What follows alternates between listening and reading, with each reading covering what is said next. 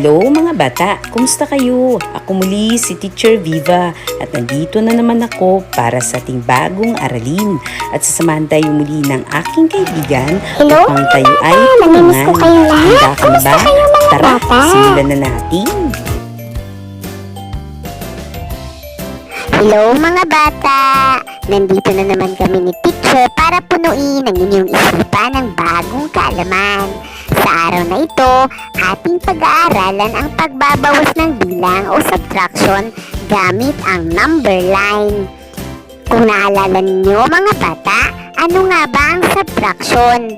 Ang subtraction ay isang proseso ng pag-aalis o pagtatanggal sa mga bilang o bagay sa isang set o grupo. Ito ay kabaliktaran ng pagdaragdag o addition. Ang subtraction ay maaaring isulat na pahalang o patayo. Ito ay pinapakita sa pamamagitan ng pamilang na pangungusap o number sentence. Ngayon mga bata, balikan natin ang mga bahagi ng subtraction sentence. Natin ang mga bahagi ng subtraction sentence. Ang bahaging ito ay tinatawag na minuend. Ang minuend ay bilang na binabawasan. Ito ay makikita sa unahan o itaas na bahagi ng number sentence. Ito naman ay minus, ang simbolong ginagamit sa pagbabawas. Ito naman ay subtrahen. Ito ay bilang na binabawas sa minuend. Ito ay pangalawang bilang na makikita sa subtraction sentence. Ito naman ay simbolo na tinatawag nating equal o equal sign. Ang bahaging ito naman ay tinatawag na difference. Ito ay sagot sa pagbabawas. Ang subtraction ay maaaring isulat na pahalang o patayo. Mga bata, ipagpatuloy na natin ulit ang ating aralin. Tayo nang makinig muli. Ngayon mga bata, nalaman muli natin kung ano ang pagbabawas ng bilang o subtraction at ang mga bahagi nito. Ngayon mga bata, nalaman muli natin kung ano ang pagbabawas ng bilang o subtraction at ang mga bahagi ng subtraction sentence.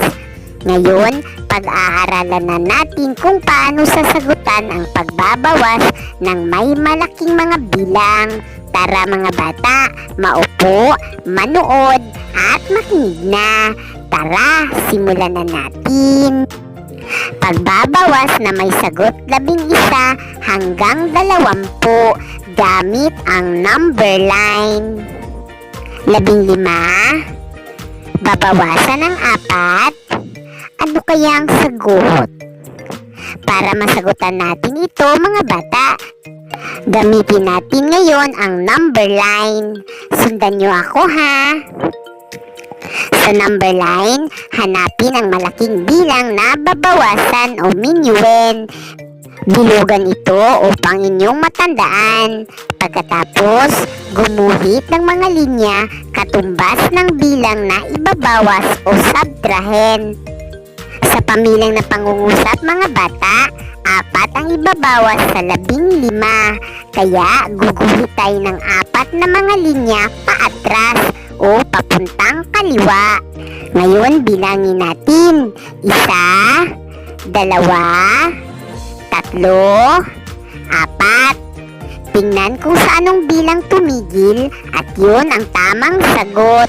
Ngayon, nalaman natin na ang 15 babawasan ng 4 ay 11. Magaling mga bata. Ngayon mga bata, ipapakita ko pa sa inyo ang iba pang halimbawa upang mahasa kayo sa paggamit ng number line. 18, babawasan ng 6. Ano kaya ang sagot? Gamit pa rin ang number line, hanapin sa number line ang bilang na babawasan o minuend. Bilugan ito upang matandaan. Pagkatapos, iguhit ang mga linya na paatras katumbas ng bilang na ibabawas o subtrahen. Sabay-sabay nating bilangin. 1, 2, 3, 4, 5, 6. Tingnan kung sa anong bilang ito tumigil. Ngayon, nalaman natin na ang 18 babawasan ng 6 ay 12. Magaling mga bata. Isa pamilang na pangungusap na ito kaya. 16 babawasan ng 3. Ano kaya ang sagot? Gamit pa rin ang number line, hanapin sa number line ang 16. Bilugan ito upang inyong matandaan.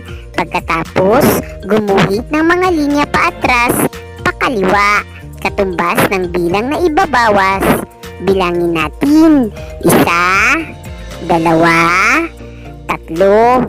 Tingnan kung sa anong bilang ito tumigil at yun ang tamang sagot. Ngayon, nalaman natin na ang 16 babawasan ng 3 ay 13. Mahusay mga bata. Ito kaya, 19 babawasan ng 5. Ano kaya ang sagot?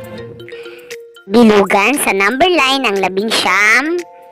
Pagkatapos, gumuhit ng 5 linya paatras. Bilangin natin. 1, 2, 3, 4, 5. Ngayon, nalaman natin na ang 19 babawasan ng 5 ay 14. Mahusay mga bata. Ito kaya, 17 babawasan ng 2. Ano kaya ang sagot? Sa number line, bilugan ang 17.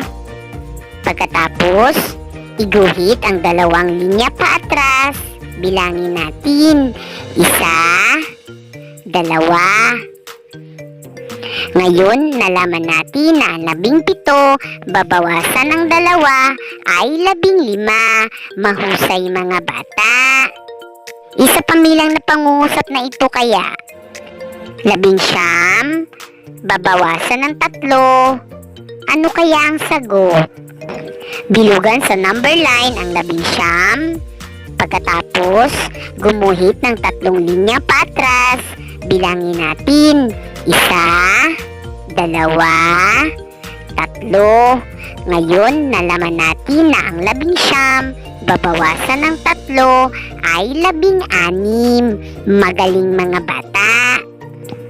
Ito naman, 18 babawasan ng 1. Ano kaya ang sagot? Bilugan sa number line ang 18. Pagkatapos, gumuhit ng 1 linya paatras. Bilangin natin. 1. Ngayon, tingnan kung sa anong bilang tumigil. Nalaman natin na ang 18 babawasan ng 1 ay 17. Mahusay mga bata. Ito kaya, 20 babawasan ng 2. Ano kaya ang sagot? Bilugan sa number line ang 20. Pagkatapos, gumuhit ng 2 linya paatras. Bilangin natin. 1, 2. Ngayon, nalaman natin na ang 20 babawasan ng 2 ay 18. Magaling mga bata. Ito naman, 20 babawasan ng 1. Ano kaya ang sagot? Bilugan ang 20 sa number line. Gumuhit ng 1 linya paatras. Bilangin natin. 1. Ngayon, tingnan kung sa anong bilang tumigil. Nalaman natin na ang 20 babawasan ng 1 ay 19. Mahusay mga bata. Isa pamilang na pangungusap na ito kaya. 20 babawasan ng 8. Ano kaya ang sagot? Maibabawas ba tayo sa 20 mga bata? Tingnan mabuti ang bilang na maibabawas. May ibabawas ba? Magaling! Wala! Ngayon, nalaman natin na ang 20 babawasan ng 8 ay 20. Mahusay mga bata. Ngayon mga bata, nalaman natin ang pagsagot ng pagbabawas ng mga bilang gamit ang number line.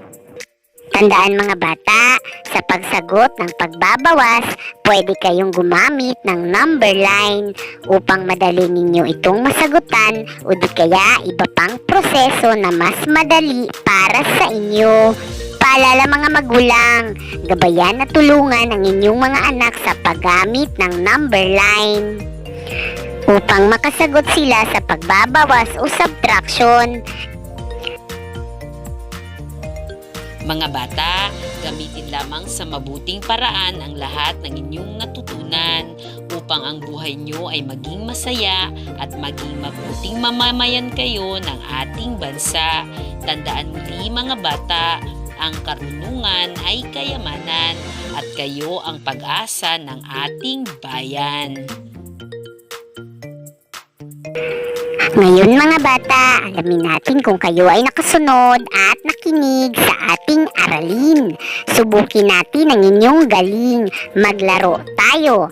Sagutin ng tama ang pamilyang na pangungusap ng pagbabawas gamit ang number line. Handa ka na ba? Tara, simulan na natin. Unang bilang, 15. Babawasan ng 5. Ano kaya ang sagot? Sige nga, tingnan ko nga kung nakinig kayo.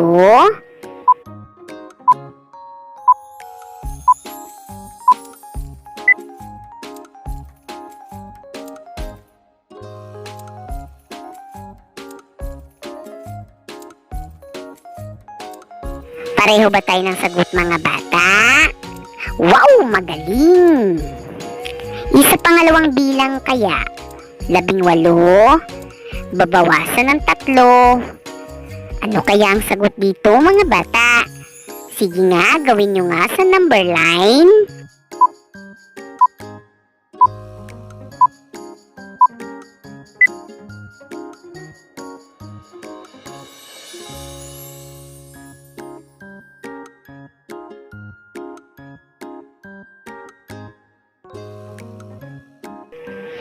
Pareho ba tayo ng sagot mga bata? Wow, mahusay! Isa pangatlo kaya? 19, babawasan ng 5. Ano kaya ang sagot dito mga bata? Sige nga, gawin nyo nga sa number line.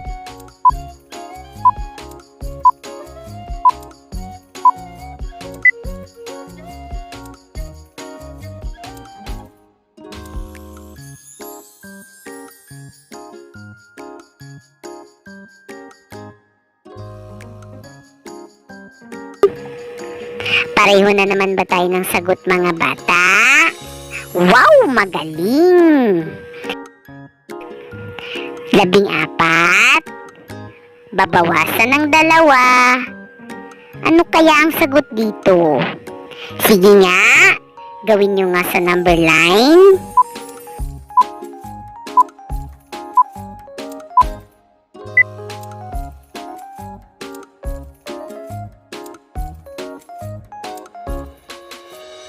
Pareho na naman ba tayo ng sagot mga bata?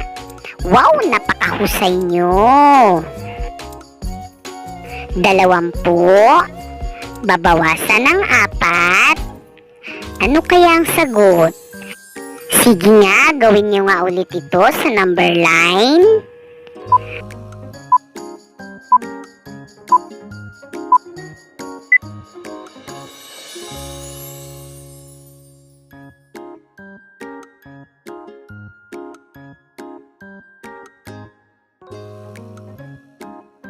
Pareho na naman ba tayo ng sagot mga bata?